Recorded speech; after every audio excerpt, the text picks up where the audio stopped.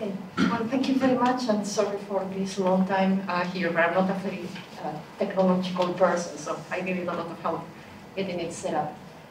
Well, first I would like to start by thanking the organizers for giving me the opportunity of being here. It's really beautiful surroundings. We already took the opportunity to make some friends yesterday in a really lovely boat ride.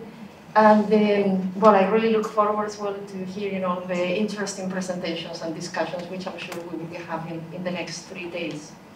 So here's the title of my presentation, Bayesian Solutions to ICES Responsibilities. Sounds a bit a grand title.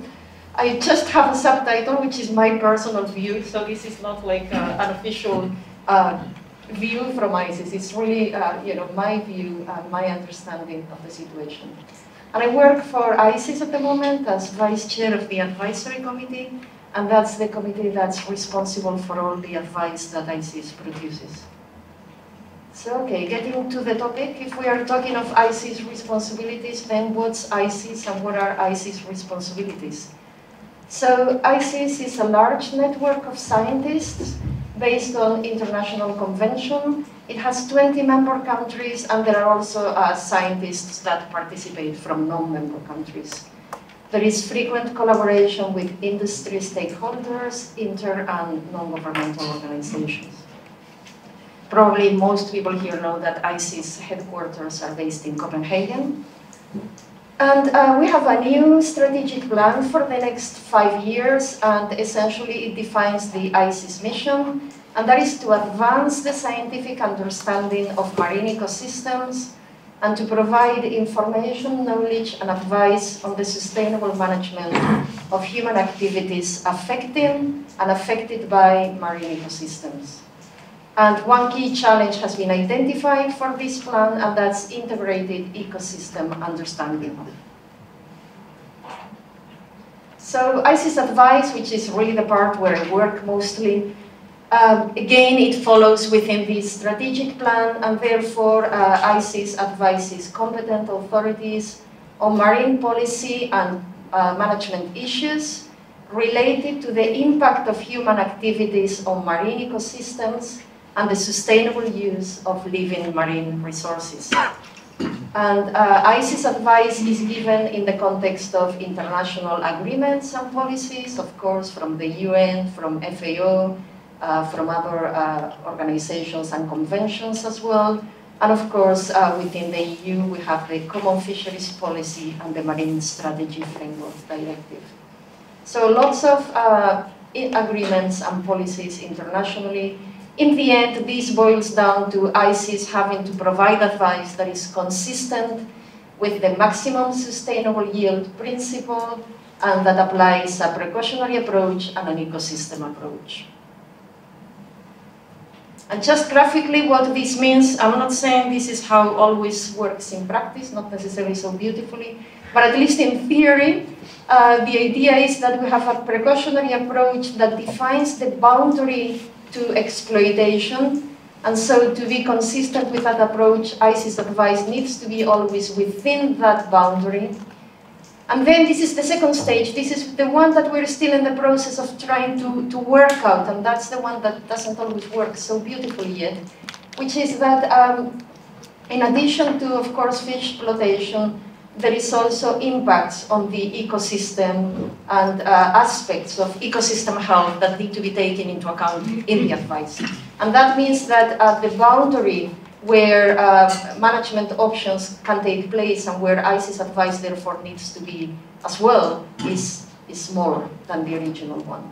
And then within that, if you want to achieve maximum sustainable yield, then you are trying to optimize your yield. And that means that within these limits that, let's say, as sustainability or ecosystem health will impose, within these limits, that's where you can try and maximize yield. So in a nutshell, those are ICES responsibilities. And so the question is, how do Bayesian methods fit with all this? And so first of all, to start generally, well, ICES approach, of course, is to start from the problem, not from one particular methodology, and then to use any methodology which the expert network and the peer reviewers will find best fit for the purpose of solving that specific problem. Obviously, that includes all methods, Bayesian and non-Bayesian.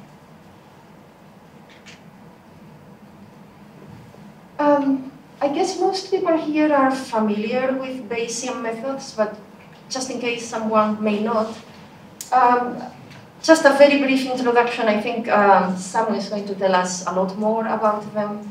I think actually what Bayesian methods are these days, I think the boundary is a bit blurred from how it used to be many years ago, because there is a lot more stochastic modeling going on these days, hierarchical modeling and so on. And to my mind, that means that the distinction now is a bit more blurred.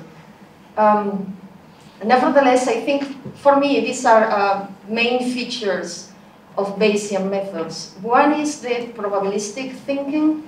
So all knowledge and all uncertainty that's related to that knowledge is expressed via probability distributions.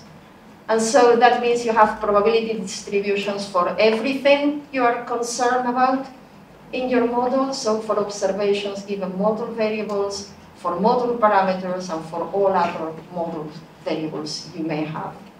So that's one aspect of it, is the probabilistic thinking. The other aspect is that it can incorporate expert knowledge.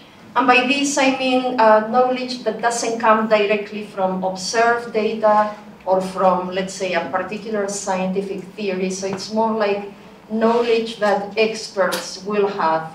And, okay, the Bayesian methodology allows you to incorporate that. This is typically done via the prior distributions. And to me, those are, I think, the two key features. And then, of course, Bayes' theorem is used to calculate the probability distribution of any variable of interest conditional on the observed data. And that's what gives the name to the methodology. Okay, and now I wanted to very quickly give, again, my personal perspective of strengths and weaknesses of Bayesian methods in the context of the work that ICES done. And this is, you have to keep in mind that a big part of the science that's delivered or worked through in ICES, it's also thought as a way to providing advice. And so this advice then needs to be communicated to a wide range of people, managers, stakeholders, and so on. So I'm really approaching, my thinking from that point of view. Okay, what I think are great strengths of the Bayesian methodology for me is that it provides a very good way of handling uncertainty in a coherent way. You have a coherent representation of the uncertainty, and for the same reason, a coherent propagation of the uncertainty into projections or predictions. So I think that means that it should be good in risk analysis or decision contexts. So whenever you need to make decisions and you have management options in the face of uncertainty, the first thing you want to do is to be able to quantify it properly.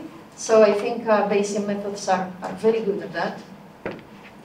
The second part is the incorporation of expert knowledge, as I was mentioning before, in a transparent way.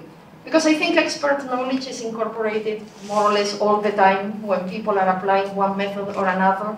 But at least here, you have a formal mechanism for doing this via the prior distributions. And it's really transparent. I mean, these are your assumptions. And you have, if you identify, these are my priors very clearly, where they come from, that means that the whole process is very transparent.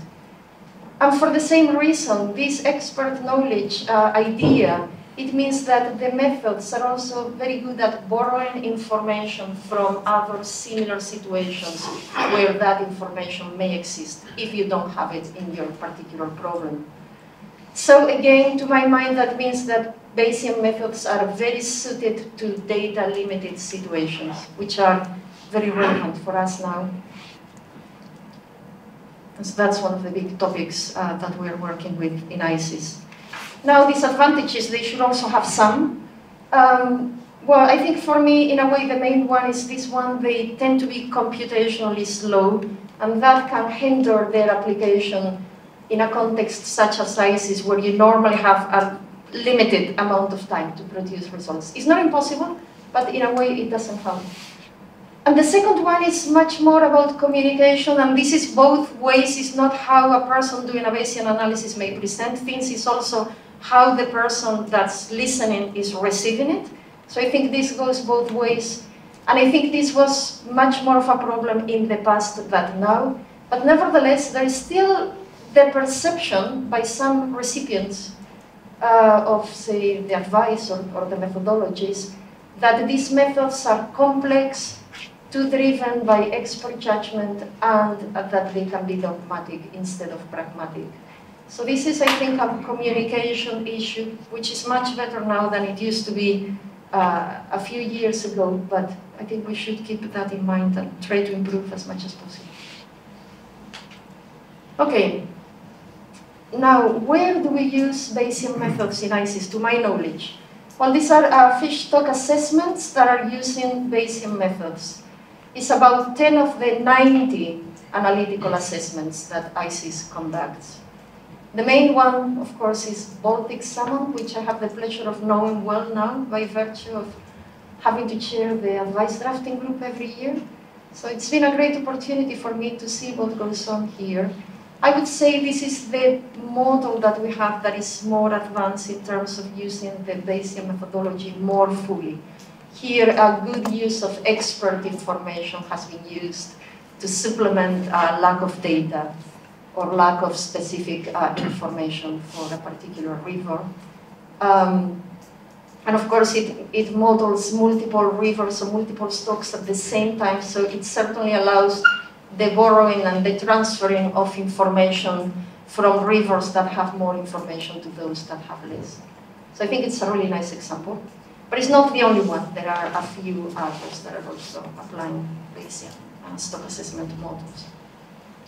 Now, I think I'm already running a bit short of time, but in terms of reference points and advice, so not assessment, but the next step, the latest guidelines that we have from this year for FMSY computation are more and more gearing us towards considering multiple stock recruit relationships and weighting them according to, well, the data likelihood, or actually what's being used in the softwares that are implemented at the moment are approximations to posterior model probabilities. There is just one example that does actually real posterior model probabilities calculated via CMC, and that's Northern Hague.